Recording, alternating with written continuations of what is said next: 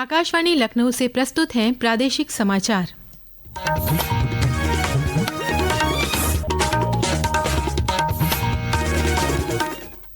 मुख्य समाचार।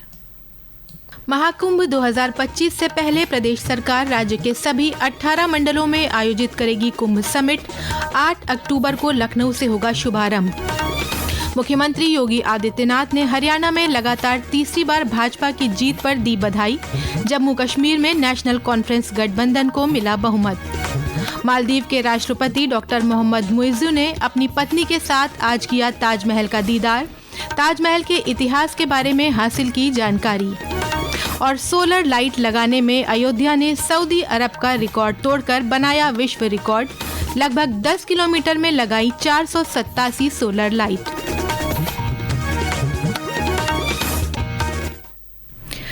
नमस्कार, प्रदेश के समाचारों के साथ मैं तनवीर फातिमा और अब समाचार विस्तार से।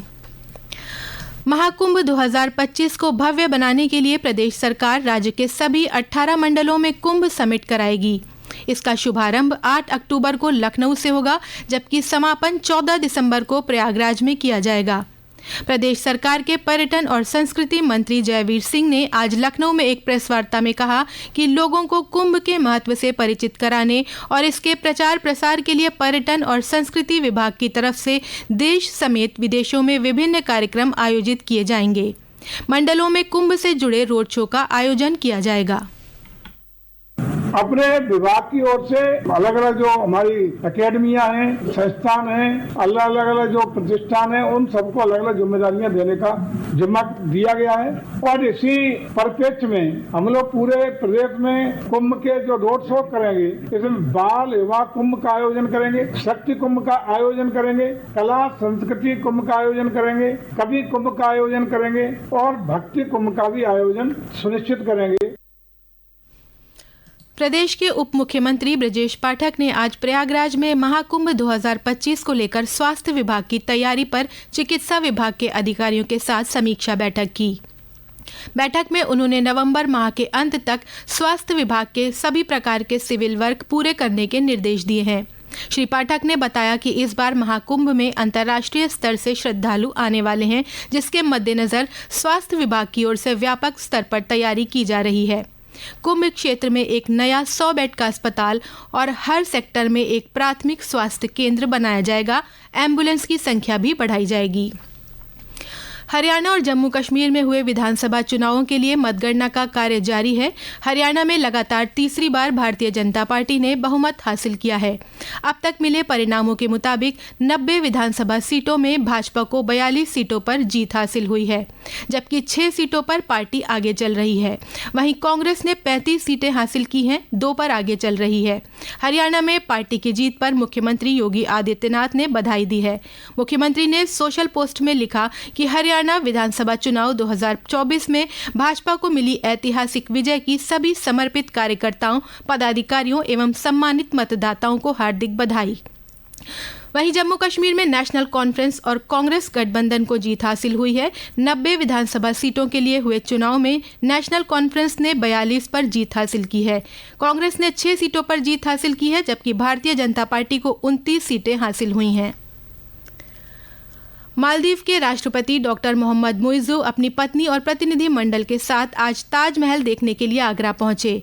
आगरा एयरपोर्ट पर ब्रज के कलाकारों ने मयूर नृत्य प्रस्तुत किया और हरियाणा के कलाकारों ने ढोल नगाड़ों से राष्ट्रपति का स्वागत किया। ताजमहल में राष्ट्रपति दंपति ने फोटो सेशन करवाया और गाइड से ताजमहल के इतिहास और नक्काशी की जानकारी ली। इस दौरान ताजमहल में आम पर्यटकों के प्रवेश पर रोक रही है। पेश है हमारे प्रतिनिधि की रिपोर्ट। विशेष विमान से आगरा एयरपोर्ट पहुंचे डॉक्टर मोहम्मद मुइज़्ज़ू का उच्च शिक्षा मंत्री योगेंद्र उपाध्याय द्वारा मुख्यमंत्री योगी आदित्यनाथ के प्रतिनिधि के रूप में आगवानी करते हुए पुष्पगुच्छ देकर स्वागत किया गया। राष्ट्रपति डॉक्टर मोहम्मद मुइज़्ज़ू और प्रतिनिधिमंडल का काफिला कड़ी सुरक्षा व्यवस्था के बीच एयरपोर्ट से शिल्पग्राम परिसर पहुंचा, जहां से राष्ट्रपति डॉक्टर मोहम्मद मुइज़्ज़ू पत्नी साजिदा मोहम्मद प्रतिनिधिमंडल के साथ बैटरी चलित गोल्फ कार्ट में सवार होकर ताजमहल पहुंचे। इस दौरान उच्च शिक्षा मंत्री योगेंद्र उपाध्याय ने राष्ट्रपति डॉक्टर मोहम्मद मुइज़्ज़ू को ताजमहल का प्रतीक चिन्ह भेंट किया। ताजमहल का दीदार करने के बाद राष्ट्रपति डॉक्टर मोहम्मद मुइज़्ज़ू, पत्नी साजिदा मोहम्मद और प्रतिनिधिमंडल विशेष विमान द्वारा आगरा से मुंबई के लिए रवाना हो गया। सज्जन सागर, आकाशवाणी समाचार, आगरा। केंद्रीय मंत्रिमंडल द्वारा पिछले दिनों पाली प्राकृत भाषा को शास्त्रीय भाषा का दर्जा दिए जाने के निर्णय का संपूर्णानंद संस्कृत विश्वविद्यालय के पाली विभाग के पूर्व अध्यक्ष प्रोफेसर हरप्रसाद दीक्षित ने स्वागत किया है। प्रोफेसर दीक्षित ने आकाशवाणी से विशेष बातचीत में कहा कि पाली एक ऐसी भाषा है जिसकी संपूर्ण भूमंडल में कोने कोने पर टीका टिप्पणी मौजूद है। पाली एक ऐसी भाषा है जो संपूर्ण भूमंडल में उसके ग्रंथ हैं, त्रिपिटक हैं, उनकी अट्टकथाएं हैं, टीकाएं हैं, काव्य ग्रंथ है, व्याकरण ग्रंथ है इत्यादि का अध्ययन अध्यापन चल रहा है और नए ग्रंथों का सृजन हो रहा है। ये समाचार आप आकाशवाणी लखनऊ से सुन रहे हैं। ताज़ा समाचार जानने के लिए आप हमारी वेबसाइट newsonair.gov.in पर लॉगिन कर सकते हैं। इसके साथ ही आप प्रादेशिक समाचारों का ये बुलेटिन हमारे YouTube channel news on AIR Lucknow पर भी सुन सकते हैं। प्रदेश के वन पर्यावरण राज्य मंत्री अरुण कुमार सक्सेना ने आज लखनऊ में पेड़ बचाओ अभियान की शुरुआत की। ये अभियान 3 महीने तक चलेगा। श्री सक्सेना ने लखनऊ में कुकरेल नदी के तट पर स्थित सौमित्र वन में मुख्यमंत्री योगी आदित्यनाथ द्वारा लगाए गए पेड़ों को पानी दिया और उनकी सुरक्षा के लिए अधिकारियों को निर्देशित किया।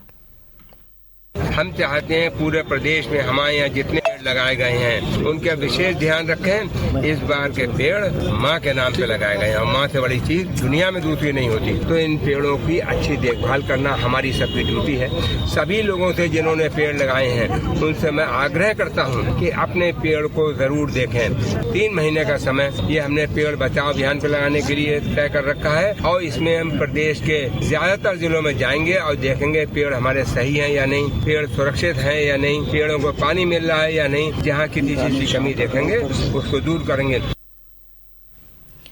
प्रदेश के पशुधन एवं दुग्ध विकास मंत्री धर्मपाल सिंह ने आज लखनऊ के 7 जनपदों के 12 गो संरक्षण केंद्रों का वर्चुअल लोकार्पण किया। आगरा, शाहजहांपुर, उन्नाव में 2-2, संभल में 3 और अमेठी, गोंडा और झांसी में 1-1 वृहद गो संरक्षण केंद्रों का 100% निर्माण पूरा हो चुका है। राज्यपाल आनंदीबेन पटेल ने रामपुर रजा पुस्तकालय के स्थापना के 250 वर्ष पूरे होने पर शुभकामनाएं दी हैं। राज्यपाल रामपुर रजा लाइब्रेरी की अध्यक्षा भी हैं। उन्होंने कहा कि 250 साल का सफर तय कर रामपुर रजा लाइब्रेरी देश का गौरव बनकर उभरी है। लाइब्रेरी की गौरवशाली यात्रा का जश्न मनाने के लिए 2 से 7 अक्टूबर तक सांस्कृतिक और साहित्यिक रंगारंग कार्यक्रमों का आयोजन किया गया।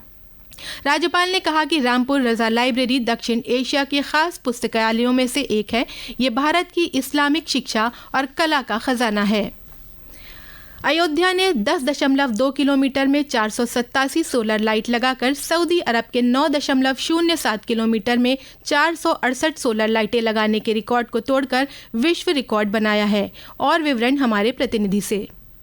10.2 किलोमीटर में 487 सोलर लाइट लगाने से अयोध्या ने दीपोत्सव के बाद एक और विश्व रिकॉर्ड बनाया है और Guinness book of world record में नाम दर्ज हो गया है। अयोध्या धाम के लक्ष्मण किला से लेकर गुप्तार घाट की निर्मली कुंड तक सोलर लाइट लगाए गए हैं, जिससे सरयू तट रात में जगमगा रहा है, जो अयोध्या के विकास की एक बड़ी पहचान भी बन गया है। जगमगाती रोशनी के बीच सरयू तट पर आवागमन सुलभ हो जाने से स्थानीय लोग गदगद और प्रसन्न है। प्रदेश के मुख्यमंत्री योगी आदित्यनाथ पहले ही अयोध्या को सोलर सिटी के रूप में विकसित करने की घोषणा कर चुके हैं। तन्मय सोनी, आकाशवाणी समाचार, अयोध्या। शाहजहांपुर में जिलाधिकारी धर्मेंद्र प्रताप सिंह ने परमवीर चक्र नायक जदुनाथ सिंह स्पोर्ट्स स्टेडियम में आयोजित बालक बालिका वर्ग की 68वीं जनपदीय माध्यमिक विद्यालय 3 दिवसीय एथलेटिक्स प्रतियोगिता 2024 का शुभारंभ किया। जिलाधिकारी द्वारा जलाई गई मशाल को लेकर गत वर्ष के 4 विजेताओं ने ट्रैक पर दौड़ लगाई। जिलाधिकारी ने खेल ध्वज फहराया और मार्च पास्ट का अभिवादन किया। और अंत में मुख्य समाचार एक बार फिर। महाकुंभ 2025 से पहले प्रदेश सरकार राज्य के सभी 18 मंडलों में आयोजित करेगी कुंभ समिट। 8 अक्टूबर को लखनऊ से होगा शुभारंभ। मुख्यमंत्री योगी आदित्यनाथ ने हरियाणा में लगातार तीसरी बार भाजपा की जीत पर दी बधाई। जम्मू कश्मीर में नेशनल कॉन्फ्रेंस गठबंधन को मिला बहुमत। मालदीव के राष्ट्रपति डॉक्टर मोहम्मद मुइज़्ज़ू ने अपनी पत्नी के साथ आज किया ताजमहल का दीदार। ताजमहल के इतिहास के बारे में हासिल की जानकारी। और सोलर लाइट लगाने में अयोध्या ने सऊदी अरब का रिकॉर्ड तोड़कर बनाया विश्व रिकॉर्ड। लगभग 10 किलोमीटर में लगाई 487 सोलर लाइट। प्रादेशिक समाचारों का ये बुलेटिन यही समाप्त होता है। नमस्कार।